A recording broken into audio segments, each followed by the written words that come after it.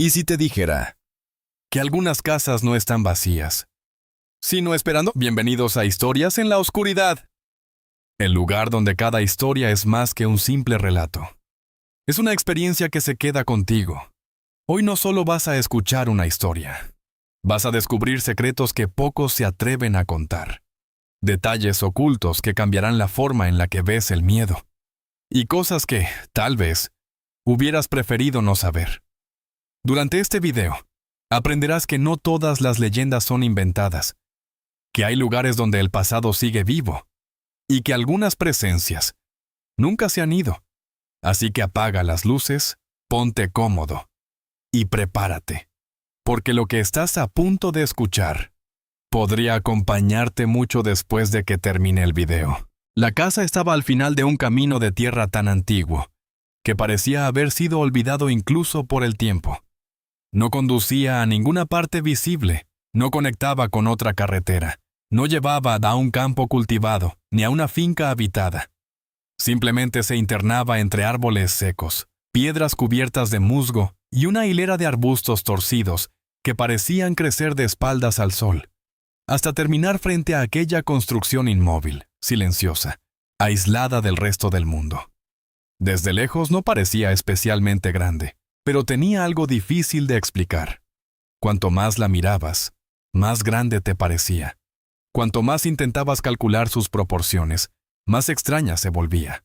Sus paredes, ennegrecidas por la humedad y los años, no estaban del todo derruidas, y eso era precisamente lo inquietante. Cualquier casa abandonada durante tanto tiempo debería haber cedido al viento, a la lluvia, al polvo, al olvido. Sin embargo, aquella seguía allí, entera a su manera, como si no estuviera resistiendo el paso de los años, sino alimentándose de él. Las ventanas del piso superior permanecían oscuras incluso a plena tarde, como si la luz se negara a entrar. El tejado, aunque vencido en algunos extremos, nunca llegaba a colapsar. La verja oxidada del exterior seguía en pie, inclinada, cruel, apuntando hacia el camino como los dedos de una mano que advirtiera a cualquiera que se acercara.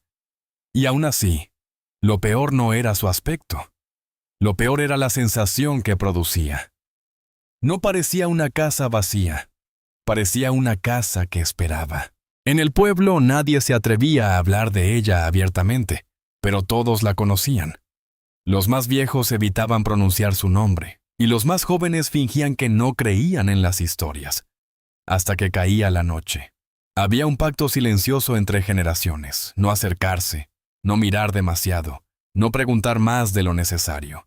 Algunos decían que muchos años atrás había vivido allí una mujer que conocía remedios imposibles, hierbas que curaban enfermedades que los médicos no podían explicar, oraciones antiguas que protegían cosechas, embarazos y casas enteras.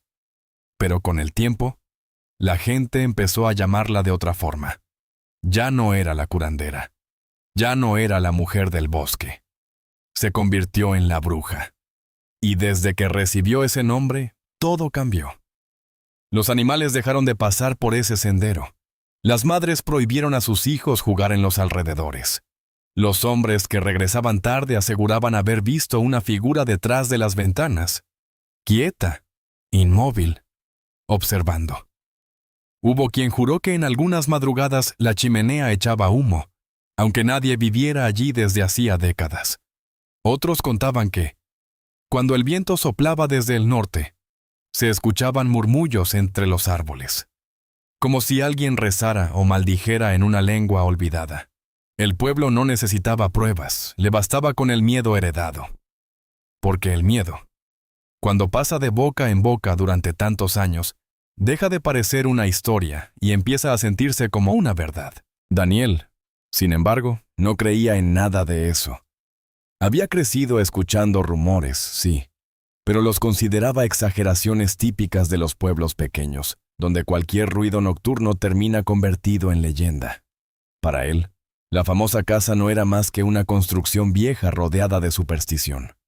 Siempre le había molestado esa manera en la que la gente transformaba lo desconocido en algo sobrenatural. como si fuera más fácil inventar demonios que aceptar la ignorancia.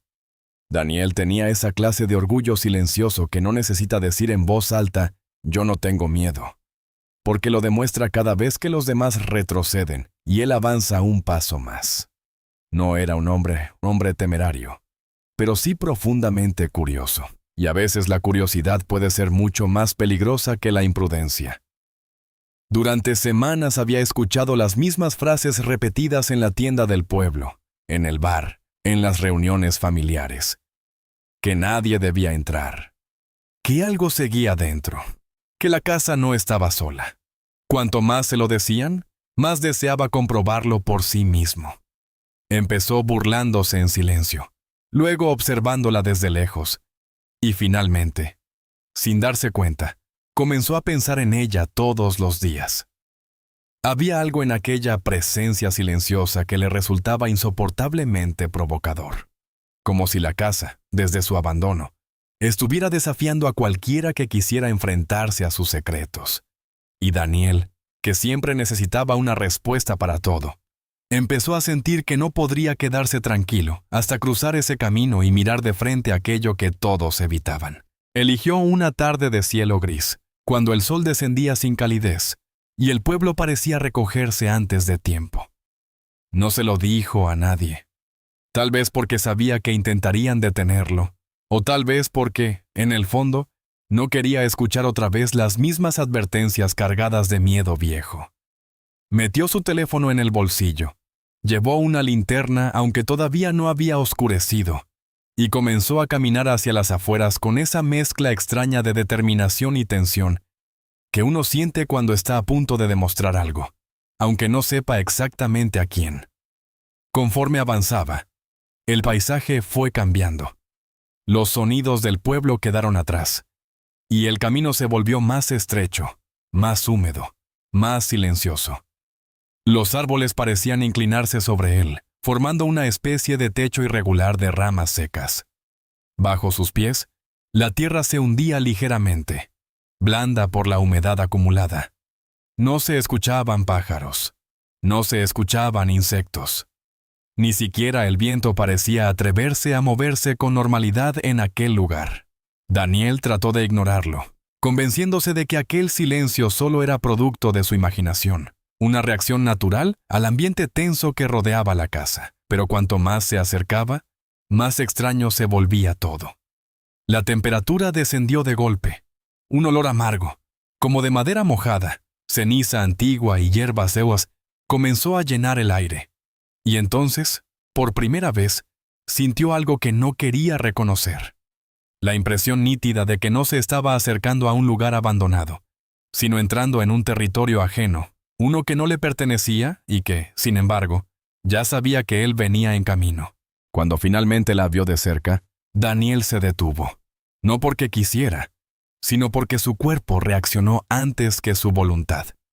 Desde aquella distancia, la casa ya no parecía una ruina interesante ni un simple objeto de curiosidad. Era otra cosa, mucho más viva en su quietud, mucho más hostil en su silencio. Las maderas del porche crujían sin que nadie las pisara. Una cortina deshilachada se movía en una de las ventanas del piso superior, aunque el aire a su alrededor permanecía inmóvil. La puerta principal estaba entreabierta apenas unos centímetros, lo suficiente para que la oscuridad del interior pareciera asomarse al exterior como una boca que sonríe sin mostrar los dientes. Daniel tragó saliva, notó cómo el corazón le golpeaba con fuerza en el pecho y, aún así, dio un paso más. No quería aceptar que estaba nervioso. Se dijo que cualquier persona sentiría inquietud frente a un lugar así, que aquello no probaba nada. Pero en el fondo sabía que no era solo inquietud. Había algo más profundo, más antiguo, una clase de miedo que no nace de lo que ves, sino de lo que intuyes. Y en ese instante, justo antes de cruzar la verja oxidada, Daniel comprendió algo que no esperaba comprender tan pronto. La gente del pueblo no evitaba aquella casa porque creyera una historia absurda.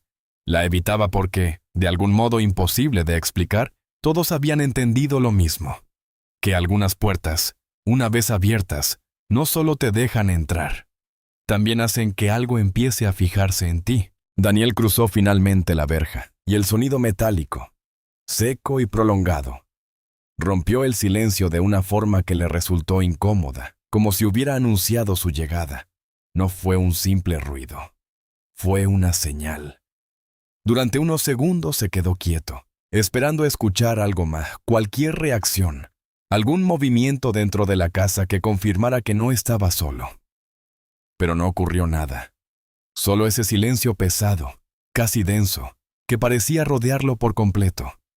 Dio otro paso, y luego otro, sintiendo cómo cada avance lo alejaba del mundo que conocía. El porche crujió bajo su peso, pero no como una madera vieja que se queja, sino como si algo debajo respondiera a su presencia. Cuando se acercó a la puerta, notó que estaba entreabierta más de lo que recordaba. Estaba seguro de que antes no lo estaba tanto. Dudó por un instante. No era miedo, o eso quiso creer. Era más bien una sensación de estar cruzando un límite invisible. Pero entonces, con una respiración profunda, apoyó la mano en la madera fría y empujó. El interior lo recibió con una oscuridad que no parecía natural. No era simplemente falta de luz. Era una negrura espesa, como si absorbiera cualquier intento de claridad.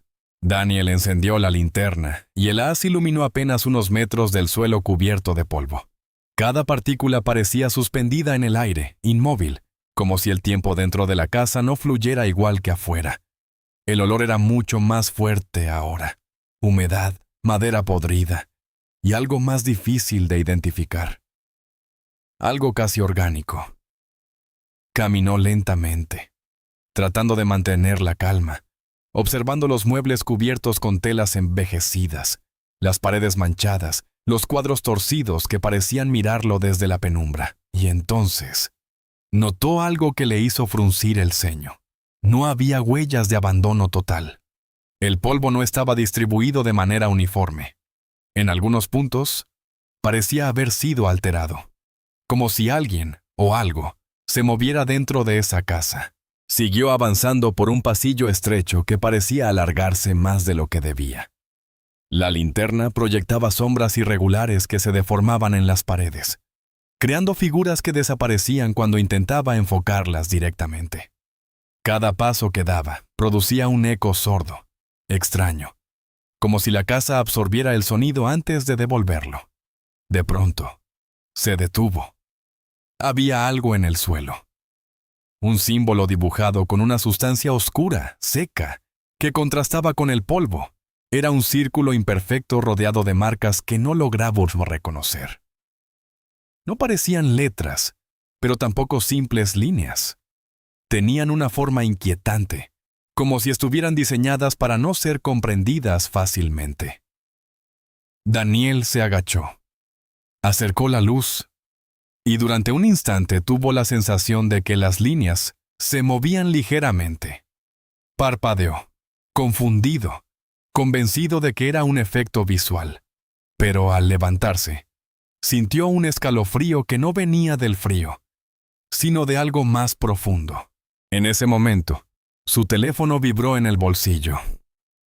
Daniel lo sacó rápidamente, agradeciendo por un segundo la interrupción. Cualquier cosa que lo conectara con el exterior. Pero la pantalla no mostraba ninguna notificación. Solo estaba encendida, y la cámara frontal se había activado sola. Se vio a sí mismo durante un instante, iluminado por la linterna. Pero había algo más. Detrás de él, en la pantalla, se dibujaba una forma oscura, alta, inmóvil. Daniel se giró de golpe, con el corazón acelerado, apuntando la luz hacia atrás. No había nada. Solo el pasillo vacío. Respiró con dificultad, intentando convencerse de que era un fallo del dispositivo. Volvió a mirar la pantalla. Y entonces la figura ya no estaba detrás, estaba más cerca. Tan cerca que la imagen se distorsionó antes de que el teléfono se apagara completamente, dejando a Daniel en una oscuridad aún más inquietante. Fue entonces cuando lo escuchó. Un susurro. No provenía de un punto específico, ni de una dirección concreta. Era como si estuviera en todas partes al mismo tiempo. y al mismo tiempo dentro de su propia cabeza. No era un sonido fuerte, pero sí claro, demasiado claro, como si no necesitara volumen para ser entendido. Llegaste. La voz no sonaba humana, no tenía emoción, pero tampoco estaba vacía. Era antigua, arrastrada, imposible de ubicar en edad o forma. Daniel sintió cómo su cuerpo se tensaba, cómo cada músculo reaccionaba sin que él lo ordenara. Intentó moverse, salir de allí, retroceder. Pero sus pies no respondían con normalidad. La casa ya no parecía un lugar. Se sentía como una presencia que lo rodeaba, que lo observaba, que lo reconocía. Y en ese instante, mientras el silencio volvía a cerrarse a su alrededor, Daniel comprendió algo que nunca había considerado. Tal vez la casa no le era peligrosa por lo que guardaba dentro, sino porque elegía a quién dejar entrar.